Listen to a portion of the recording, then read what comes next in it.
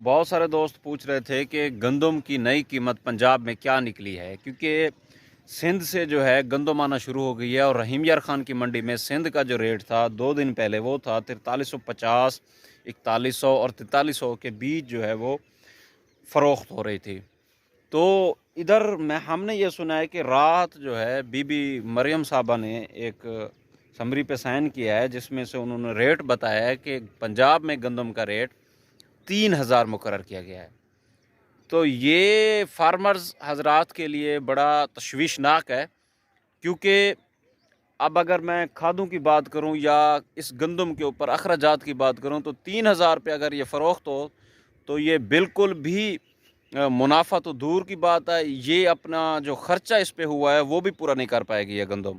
کیونکہ یار اب یہ دیکھیں کہ یہ جو ہمارے اوپر پالیسی میکرز بیٹھے ہیں، اب ان کو یہ سمجھ نہیں آتی کہ جب ڈی اے پی اور یوریا اور کھادیں سپرے ہیں سب کچھ ہماری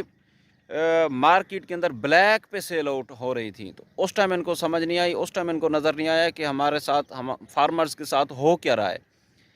اچھا یہ دیکھیں کہ 8500 والی ڈی اے پی 14000 کی بکی ہے، 3500 والی یوریا 5500 پہ بکی ہے،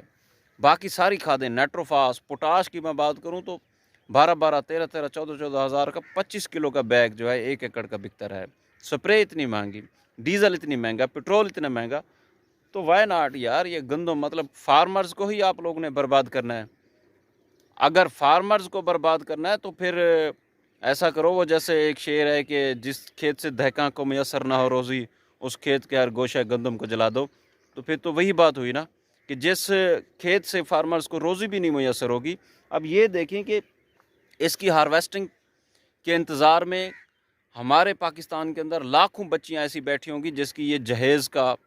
جو ہے یہ سبب بنے گا۔ لاکھوں بچوں کی روزگار اس کے اندر ہے، ان کی شادی اس کے اندر ہے، ان کے دکھ سکھ اس کے اندر ہیں، اس کے میڈیسنل اخراجات اس کے اندر ہیں فارمرز کے۔ لیکن جو ہمارے پالیسی میکرز ہیں اور ہماری حکومت ہے ان کو یہ نظر نہیں آ رہا کہ اچھا ہم سے چلو 3000 لے لیں گے، یہ پھر غریب کو آٹا جو ہے 5500 روپے پہ دیں گے، یہ 6000 پہ آٹا دیں گے، بیچ کے جو پیسے ہیں وہ کدھر گئے ہیں؟ کیا سب نے یہ دھوتی اتار کے فارمرز کے پیچھے گھس گئے ہیں؟ یار خدا کا نام لو، اللہ کی لاٹھی بے آواز ہے، کچھ بھی ہو سکتا ہے۔ وسلام۔